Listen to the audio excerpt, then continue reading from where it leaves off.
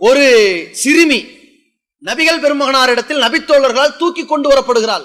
சிறுமியினுடைய தலை ஃபுல்லா ரத்தம், மண்டை செதறி கிடக்கிறது, குத்துயிரும் கொலையுருமா இருக்கிற அந்த சிறுமி. அந்த சிறுமிட்ட நபிகளார் கேட்கிறார்கள், உன்னை இவன் கொலை செய்தானான்னு ஒருத்தனை பேரை சொல்லி கேட்கிறாங்க. அந்த சிறுமி பேச முடியல.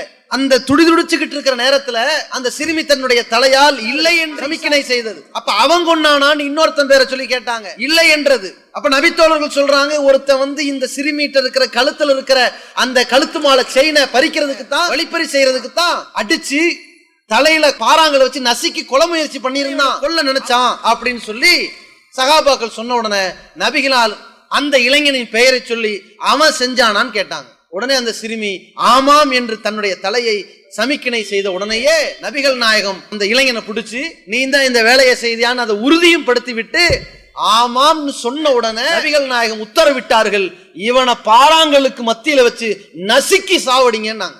அந்த தண்டனைக்கு பிறகு எவனாவது வழிப்பறி செய்வானாங்க? அல்லாஹ் சொன்னான், வலக்கும் ஃபில் கிசாசி ஹயாத்துன் யா உலில் அல்பாப். அறிவுடைய மக்களே, இந்த குற்றவியல் சட்டம் பழிக்கு பழி வாங்குகிற இந்த சட்டத்தில் உங்களுக்கு வாழ்க்கை இருக்கிறது என்றான். அதை நபிகளார் மக்களிடத்தில் நடைமுறைப்படுத்தி காட்டினார்கள்.